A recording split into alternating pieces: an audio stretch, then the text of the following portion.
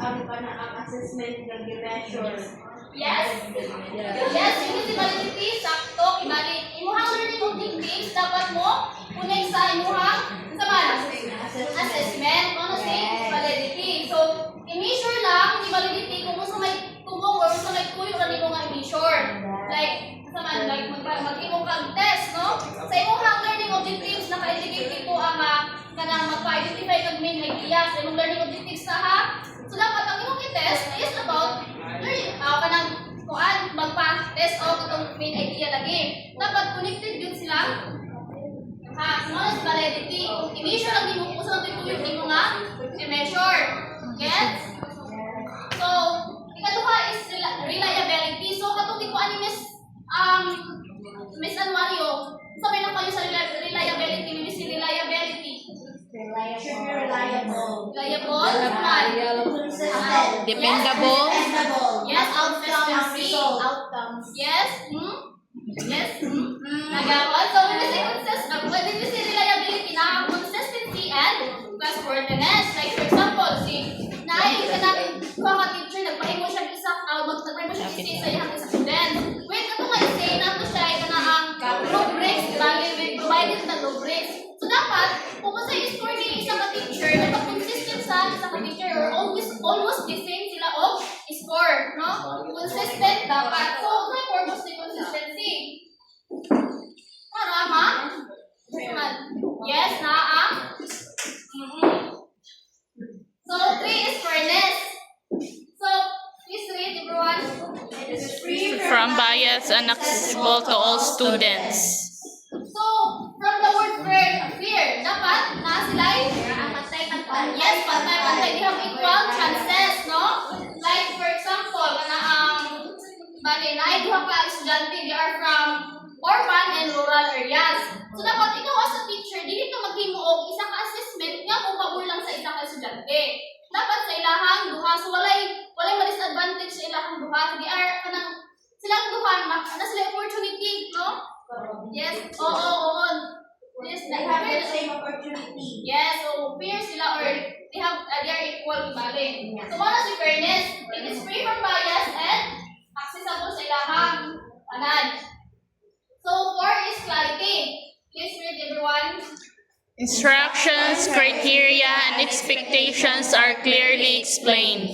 So from the word clarity, no, klaro gi-explain ang instruction para sa purpose man i-kuan man i-clear man or i-kuan man ang ingon man ang kuan kana ang instruction or kanang yes mga criteria kasi purpose di ay dili maglibog ang mga student. Yes, correct, para dili maglibog ang Students. yes, mga purpose ni clarity.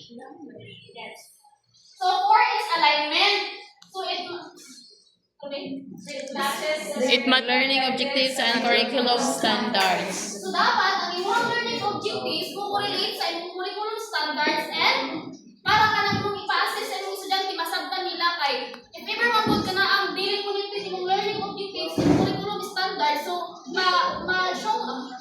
ma-shock sila kay magpa-exam ka nga wala ba rin mo na-discuss kung makuas dapat align gyud dapat sila or kanang nagilang yes alignment. Connected yun dapat. So, 6 is authenticity.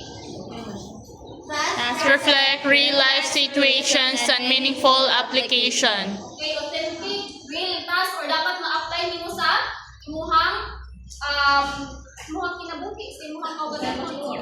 When we say, oh yes, authenticity means real life na to. Mapani mo. So, ikaw as a teacher, magpa-kuan ka sa imong estudyante. Di sama teacher. Di lang puro computation lang iyang buhaton, but then magpahimo siya budget planning. Kaya di ba, kung si budget plan, makakuan ito sa iyang estudyante ito, yes, ma-apply nila sa ilahang kaugalingon ang lesson. So, mga lang authenticity, ma-apply nila sa ilahang kaugalingon or real life situation. So, 7 is practicality. So, when you say practicality is, kaya lang nila buhaton na dili, it cannot cause them na ma-stress sila. Like, for example, kung may stress ka lang, kaya lang dito buhaton sa isang estudyante na. Like, time management without yes? Lord, basta naman niya. Oo. And ikaw po na sa teacher, like for example, pahimo ka na ang exam. Dapat 50 items.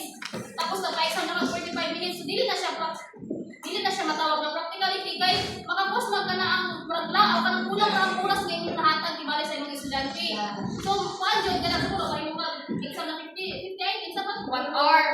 Abang nga na para mo ni makaya lang nila na mahimo. Within the intended time na imuhang kagag sa ilahas. Mo na sa practicality, kaya naman nila mo mabuhat. Diba? So, it is transparency. So, ano ng transparency na sa inyong inyong stock na rin sa transparency. Transparent mo ang mga student. Yes. Dapat kuan.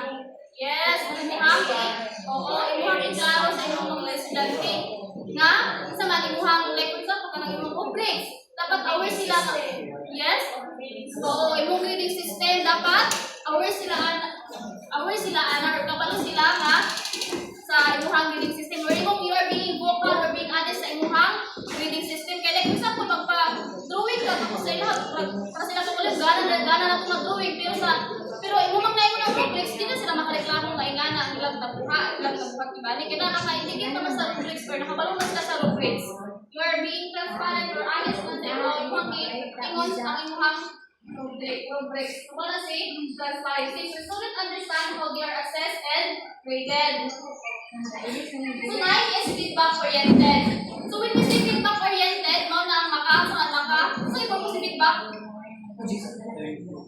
oh yes, maka-improve, no? Ang purpose ng feedback oriented is ma-improve pa sa mga estudyante ang ilahang Ang ilahang talent or skills. yes, so ma-improve pa nila Miss Miranda ang ilahang yes, oo. Performance. So ang purpose po ng feedback is guide po na pa sila para po lagi So, provides timely and constructive feedback for improvement. Muna sa feedback oriented. So, 10 is formative and summative balance. So, a while ago, gidiscuss ko ni Miss Alfred ang formative and summative balance. So, when you say formative, those are the